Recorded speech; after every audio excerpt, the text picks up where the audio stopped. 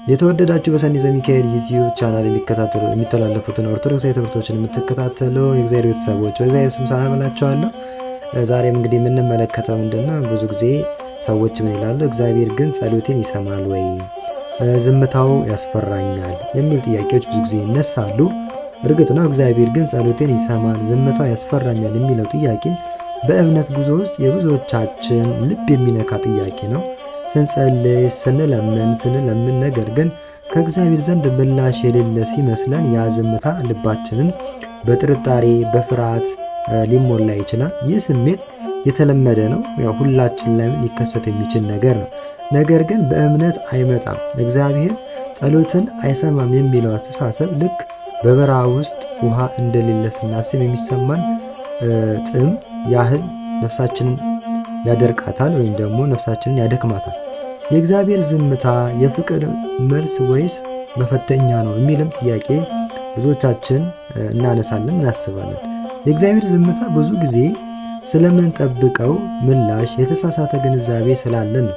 እኛ ምላሹ ወዲያውኑ በምንፈልገው መንገድ በምንፈልገው ጊዜ እንዲመጣ እንጠብቃለን።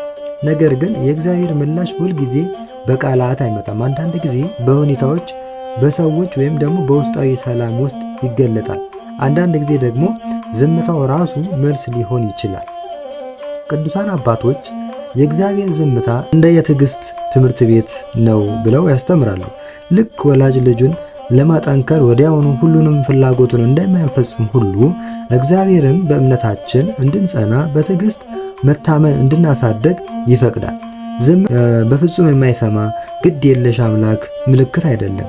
ይልቁንም ጥልቅ ፍቅር ያለው የሚያስተምርና የሚያሳድግ አምላካዊ መገለጫ ነው። መጽሐፍ ቅዱስ ለምኑ ይሰጣችኋል፣ ፈልጉ ታገኛላችሁ፣ አንኳኩ ይከፈትላችኋል ይላል የማቴዎስ ወንጌል ምዕራፍ 7 ቁጥር 7 ላይ።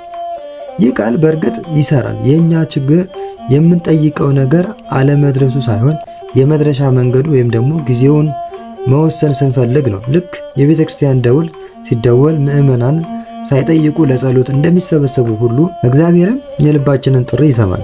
ዝምታን ወደ ሰላም የሚለውጡ መንፈሳዊ ልምምዶች አሉ። አንደኛው የእግዚአብሔር ሉዓላዊነትን መቀበል ነው። ጸሎት ማለት የእኛን ፍላጎት ለእግዚአብሔር ማሳወቅ ብቻ አይደለም፣ ይልቁንም ለእግዚአብሔር ፈቃድ ራሳችን ማስገዛት ጭምር ነው። የምንፈልገውን ነገር እኛ እንደምናስበው ለመልካችን ላይሆን ይችላል። የቅዱስ ጳውሎስ 3 ጊዜ የለመንኩት የእሾህ ነገር አልተነሳልኝም ይላል ሁለተኛ ቆሮንቶስ ምዕራፍ 12 ከቁጥር 8 እስከ 9 ድረስ። ይህ ምስክርነት የእግዚአብሔር መልስ ሁል ጊዜ አዎ እንዳልሆነ ያሳየናል። አንዳንዴ መልሱ ቆይ፣ አንዳንዴም የለም የተሻለ እቅድ አለኝ ሊሆን ይችላል። ይህንን መቀበል ልባችንን በሰላም ይሞላል። ሁለተኛው የጸሎት ትክክለኛ ዓላማ መረዳት ያስፈልጋል። ጸሎት የእግዚአብሔርን አእምሮ ለመቀየር አይደለም፣ ይልቁንም የራሳችንን አእምሮ ከእርሱ ፈቃድ ጋር ለማስማማት ነው። ስንጸልይ ከእግዚአብሔር ጋር ያለንን ግንኙነት ያድጋል፣ መንፈሳዊ አይኖቻችን ይከፈታሉ፣ እናም የራሱን እቅድ እንድንረዳ ያደርገናል። ልክ የዕጣን ጢስ ወደ ሰማይ እንደሚያርግ የእኛም ጸሎት ወደ እግዚአብሔር ይደርሳል። ምላሹ ባይሰማም እንኳን ጸሎት በነፍሳችን ውስጥ ሰላምን ይፈጥራል። ሶስተኛው እምነት በትዕግስት ማጎልበት ነው። ዝምታው ሲያስፈራን ያ ማለት እምነታችን እየተፈተነ ነው ማለት ነው። በዚህ ጊዜ ነው በትዕግስት መጽናት የምንማረው። ሐዋርያው ያዕቆብ የእምነታችሁ መፈተን ትዕግስትን እንዲያደርግ አውቃችሁ በእምነት ጽኑ ያዕቆብ ምዕራፍ 1 ከቁጥር 3 ላይ ብሏል። ቤተክርስቲያናችን የቅዱሳንን ሕይወት ደጋግማ የምታስተምረን በዚሁ ምክንያት ነው። ቅዱስ ጊዮርጊስ፣ ቅድስት አርሴማ፣ ቅድስት ማርያም እነዚህ ሁሉ ቅዱሳን በእምነት ጸንተው ምላሽ ባላገኙበት ጊዜም እንኳን የእግዚአብሔርን ፈቃድ ተቀብለዋል። አራተኛው ምስጋናና ውዳሴ ነው። ምስጋናና ውዳሴ ከእግዚአብሔር ጋር ያለንን ግንኙነት ያጠነክራል። ስንጸልይ የጠየቅነውን ነገር ወዲያው ባይፈጸምም እንኳን እግዚአብሔር ለሕይወታችን ያደረገውን መልካም ነገር ማስታወስ አለብን።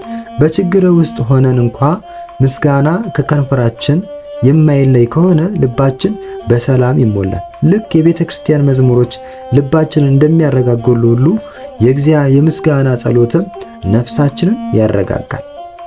ተስፋን መቼም አለመተው ነው። የእግዚአብሔር ዝምታ ለዘላለም አይዘልቅም። ከጨለማው በኋላ ብርሃን ይመጣል።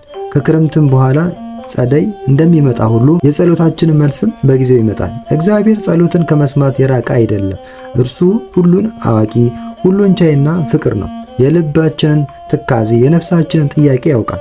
ምናልባት ምላሹ ከመጣ በእኛ ጥንካሬ ሳይሆን በእግዚአብሔር ታላቅነት እንደሆነ እንድንረዳ እየጠበቀም ሊሆን ይችላል። በክርስቶስ ኢየሱስ ፍቅር፣ በቅድስት ድንግል ማርያም አማላጅነት፣ በቅዱሳን ጸሎት፣ በቤተ ክርስቲያን በረከት የጸሎት ዝምታን አሸንፈን በእግዚአብሔር ፍቅር እና ሰላም እንድንጸና እንጸልያለን። ዝምታው ቢያስፈራም እንኳ እርሱ ከኛ ጋር መሆኑ መቼም አንርሳ። እግዚአብሔር በቸርነቱ ይርዳል። አሚን። ውድ የሰኒ ዘሚካኤል ዩቲዩብ ተከታታዮች እንግዲህ እንደተመለከትነው ሁላችንም በጸሎት በመበርታት እምነታችንን በማጠንከር የእግዚአብሔርን መልስ እስኪመጣ ድረስ መጠበቅ ያስፈልገናል። በሌላ ፕሮግራም እስከምንገናኝ ድረስ ቸር ቆዩን። ይቆየን።